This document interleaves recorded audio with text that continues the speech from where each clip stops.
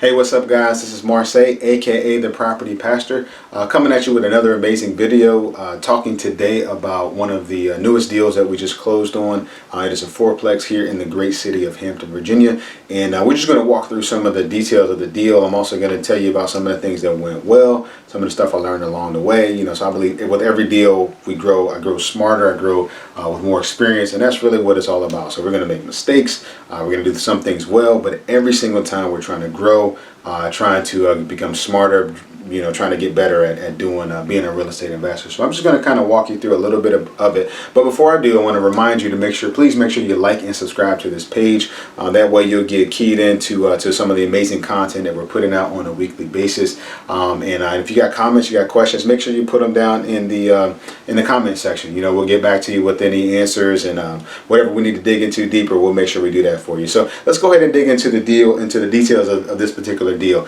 As I mentioned earlier, it is a fourplex in the city of Hampton, Virginia, which is where I live.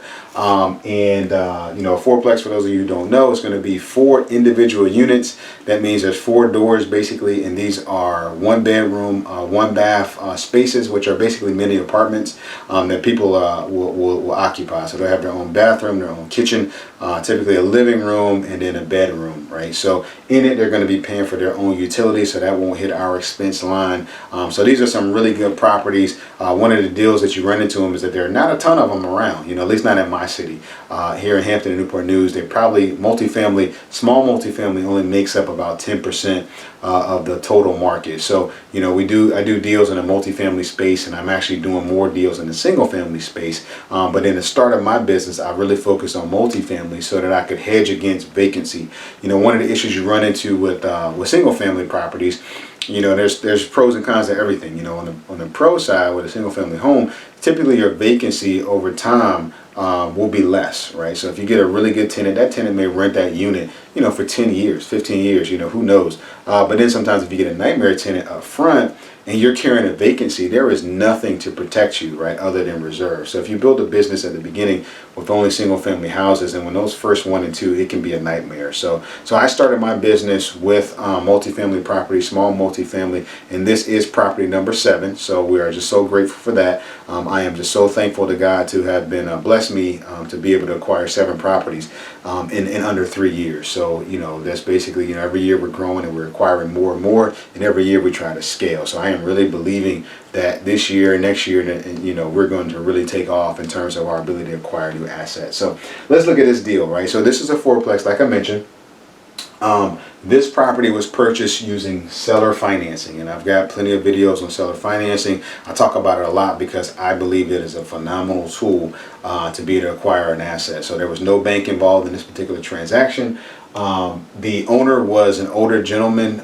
He was actually going on 80 years old. So like I think I mentioned previously in my intro video for this one, where I was out actually at the property, we used an app called Deal Machine. And Deal Machine is an app where you basically take a picture of a property, and basically the software will look up the owner information, the address, purchase details, public record type of stuff, and they will actually mail a postcard to the owner. So the owner received one of my mailers, and they called me back, responded, to my inquiry, and then we just started talking. We negotiated, and through that process, I was able to build rapport with him. We had a lot of common interests. I'm a pastor.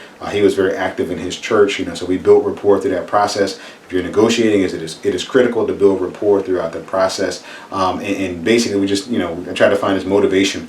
And he was getting to that age where he didn't want to deal with the property anymore. So it was an ideal situation, and we were able to work something out. He actually wanted cash.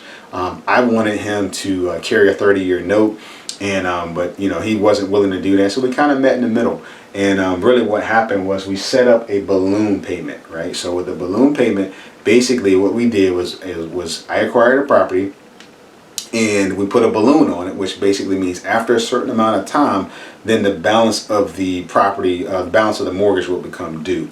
And my preference, what I always go after, is a 30-year amortized note with the seller. But those are hard to come by because this particular gentleman, he He did not want, he was worried about, you know, what happens if I don't pay? What happens if he has to foreclose? He just kind of wanted to be done with the property. He kind of wanted the cash.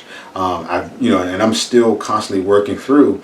And so what we did was we basically set up this 1-year note where, you know, every single month I'm going to pay him payments, and then at the end of it, you know, I have to refinance the property and pay him out, right? Which won't be a problem. It's a lot easier to refinance a property than it is to acquire it through a bank. So so that's kind of a good story. But you know, if I had it my way, it would have been seller financing for 30 years.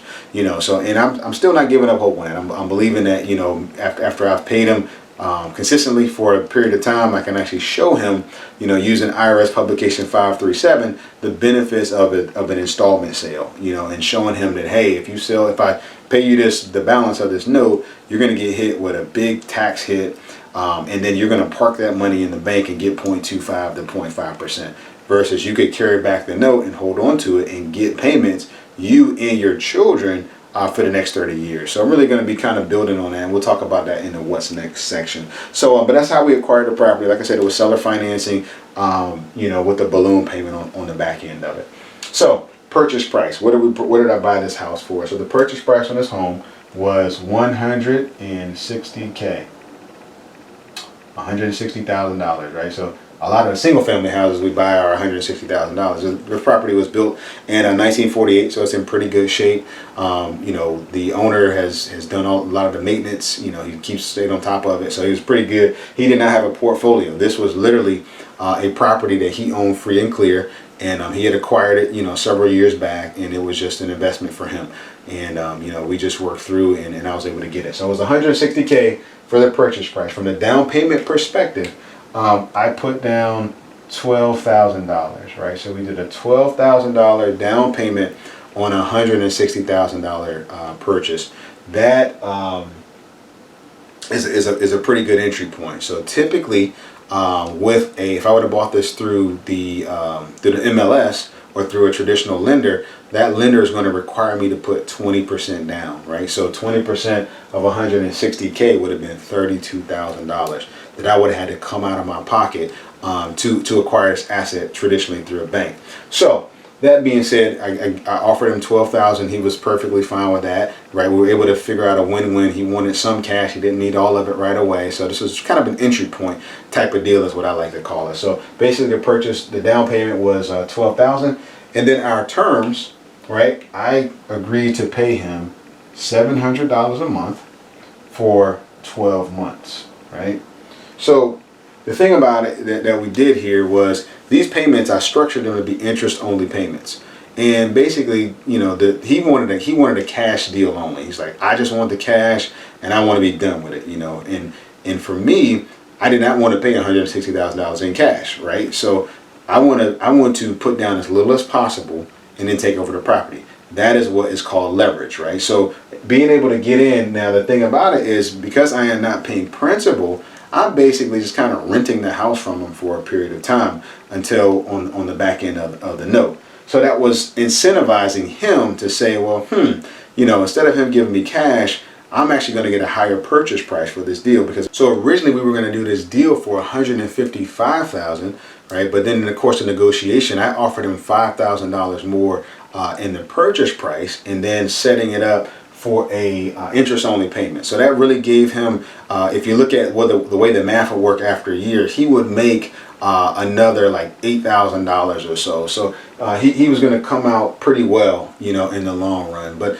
for me, right, the thing about it that you've got to see is that our tenants are the ones who are paying the note. So we're not as worried about, you know, a little bit more purchase price. A lot of people get really stuck on trying to, you know, squeeze everything out of that orange. And I like to leave some meat on the bone so that everybody wins. I want my seller to walk away feeling like they got a good piece of the deal and that I got a good piece of the deal. So that's kind of how we structured this. So again, we're looking at $700 a month for a year, and then after that we would owe a total of $148K, right? So at that point, it leaves us a few options, and I'm going to talk about it on the what's next section. But basically, I would need to refinance this property and then cash out my owner for $148,000. Now, the assessed value on the house, I forgot to mention that. So the assessed value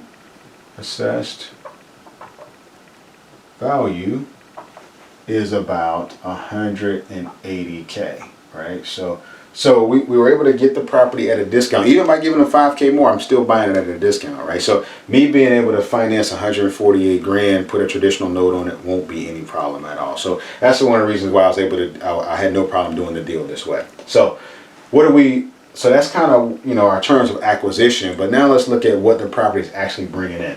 So from a monthly rent perspective, the property is bringing in $1,600 a month, which basically per unit works out to be $400 per unit.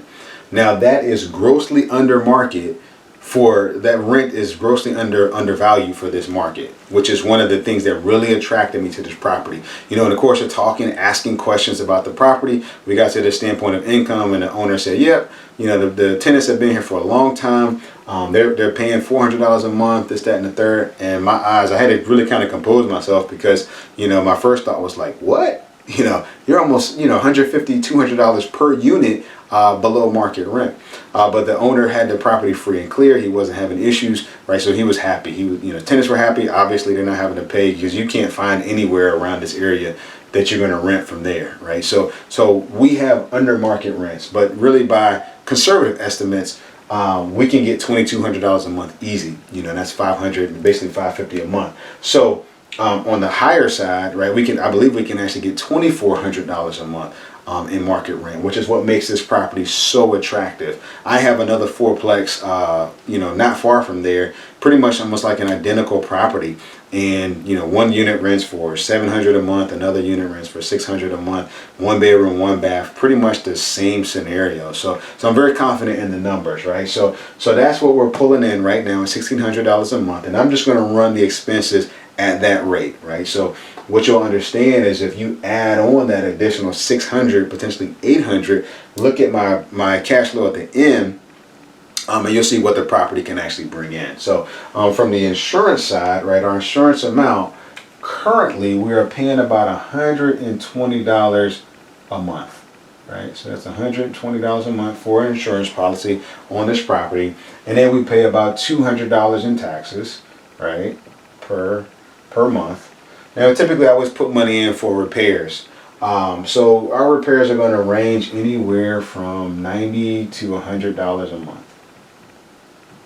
Right, so typically a lot of times what you do is you just put percentages based on whatever the income of the property is. But basically, just from my other properties where they perform and the housing inspection that I did, looking at the condition of the property, we're estimating about $90 to $100 a month. Property management. Now in this particular property, I am actually going to manage this property myself. The tenants have been there long term. They do a lot of stuff around the house. So I'm actually going to manage the property for the first year myself, right? So until I get market rents where I want them, until we put long-term financing in place, I'm actually going to manage the property myself. Now the tenants, I'm going to present myself as the property manager and not the owner. There's a whole lot of reasoning and thoughts behind that we'll talk about another time. But I'm going to basically, so right now property management will be 0, right? But typically you're still going to allocate at least 10% of your calculation. So if I went in day one and I said, hey, I need a property manager, it would be 10%. It would be 10% of the income. Now, that overall kind of works out from the cash flow perspective. You take the 700, you take all the expenses, we're going to be pulling in about $480 to $500 per month, right? Not bad. Not bad at all. Now, the number that we really care about, right? Cash flow is phenomenal, it's great, right? But one number that we care about a lot is going to be the cash on cash return of this investment. So the cash on cash return is about 40%, right? Give or take. It's probably more like 43%, but we'll just make it easy math. Our cash on cash return, getting that $12,000, right? And then this $480 to $500 a month is going to give us somewhere around, $58,000 to $6,000 a year.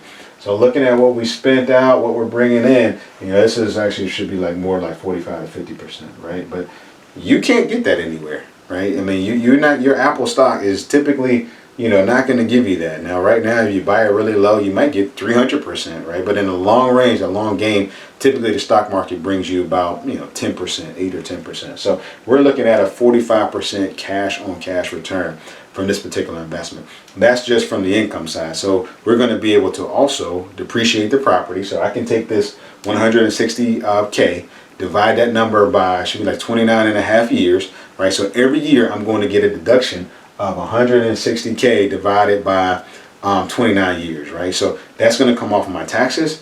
I am also going to have the benefit of debt pay down every year, right? So my debt's getting paid down by my tenants, so over time, just that's why I love real estate, so there's just so many different opportunities, to make money in real estate. So we've got all these things going for us, but a 45% cash on cash return based on the 12K investment. So what comes next, right? So I mentioned, we got a balloon payment. So I want to just talk a little bit towards this portion of the video about what we're going to do kind of going forward. So because we built rapport with our buyer, with our seller rather, and because they're going to now see every single month a steady check coming into their bank account, like clockwork. Every single month they're going to get their check, just like they were before. But now they don't have to deal with the tenants. They don't have to deal with they call it tenants, toilets, and termites. They don't have the headache of the property anymore, right? So they got their 12K. Right, so they're probably not going to just go and spend it. That's probably already going to be just sitting in the bank. They're an older couple, right? So we're going to go back to them and say, hey, look, now that we've been paying, we've been going along, let's revisit the subject, because really I want to show you using IRS publication 537 how the difference between you taking this lump sum payment of 148 grand and then having capital gains tax on it, just eating up your money, right? Do we want to do that, or do you want to go in and say, let's say I come in and I give you another 35,000. What's your number, right? So that number, you want to do some stuff around the house, you want to travel around the country, right? If I'm able to go in and just knock that number down by another, I don't know, 30 grand or 40 grand, can we now take and put a note for the balance, right? Because that balance, at 80 years old, he doesn't need probably doesn't need $148,000. I don't think he's gonna take a trip down to Atlantic City in bed at all. Maybe he is, or Vegas or whatever, but we want to go back to our seller and actually still try to get back to where we had originally wanted to be. And now we're going to be using the track record that we built of paying money on time every single month, of the rapport we built and the relationship we built, and actually show him how he can be he can utilize his money to make more money for him. And the benefit to me is going to be that I can save on closing costs. The benefit to me is going to be that I can set up a 3% interest rate with him, right? Because remember, if he puts it in the bank, he's got capital gains, and he's also got he's going to take the interest payment hit, right? So most people are not like savvy stock market investors where they can go and take 148 grand and invest it wisely and get a guaranteed return, especially understanding what COVID just did, right? Most people, had sizable income in their 401ks, just took a massive hit, right? So people don't want to park their money in volatile investments, right? So I'm really going to be trying to go back to them towards, as we get to that 6-month, 9-month deal and say, hey, look, Mr. Seller, let's talk. What options do you have? How would this scenario work for you? I don't know if it would help you or not, but what if we looked at it like this? So tell me that number you're looking for. Is it 30 grand? Is it 40 grand? Let's take the rest of it and actually, create long-term wealth for you and your family that you can benefit from a income and a tax perspective. So we're going to be looking at that. But then let's say he's like, no, Marseille, I just want the money.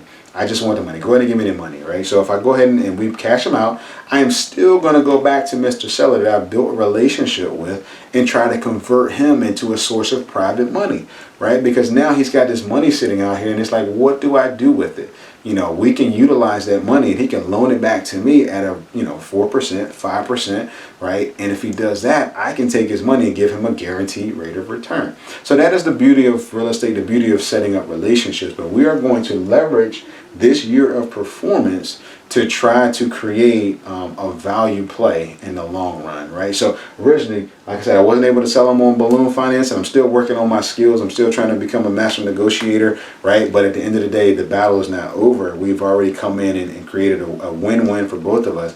But we want to take, like my man Leon Johnson says, we want to get a second bite, right? We want to go out and get a second bite of that apple. So, you know, again, we're going to go back on the back end and try to convert this, right? So, but our next step actions are basically, we want to increase our rents over time, right? Remember, we said we're coming in at 1,600. We know we can get to 2,200 easy. Now, usually with my tenants, at the I come in at the rent cycle. So at the first rent cycle, we'll probably bump them up, and we'll do it in stages, right? So, and if they, you know, if we know they can't afford another $50 a month, we'll give them plenty of notice and say, hey, here's where the property needs to be, based on our market studies. Here's where we're going with this. Is that something that you can afford to do? If it's not something they can afford to do, you know, we will either, you know, advise them on another property that we have, or ask them, you know, what things can we do, you know, to get you to a comfortable housing. But at the end of the day, we are in the business of creating cash flow and creating valuable assets. So at the end of the day, we will be raising those market rents over time, but we never will come in day one and say, all right, guess what? Rent's going to be this, right? We can't do that. We don't do those kinds of things. So over time, we will be raising rents and increasing our value, right? So we'll be doing that. And then, like I said, we're going to convert the seller over to a long-term seller, or we're going to try to put him to be a source of private money for us. So that's what the deal looks like. You know, I hope that you've benefited from the video. We'll post some pictures and things like that, so you can kind of actually see what the video looks like. But again, thank you for tuning in today. I pray that video has been a blessing to you. Hope you learned a little bit about analyzing a property. And if you have any questions, make sure you drop them in the comment section. Again, make sure you like and you subscribe to our page. More valuable content coming to you. I pray you're being safe out there. And God bless you and your family. Hey, until the next video, this is Marseille, aka the Property Pastor, signing off. Love you guys, and I can't wait to see you again soon. God bless.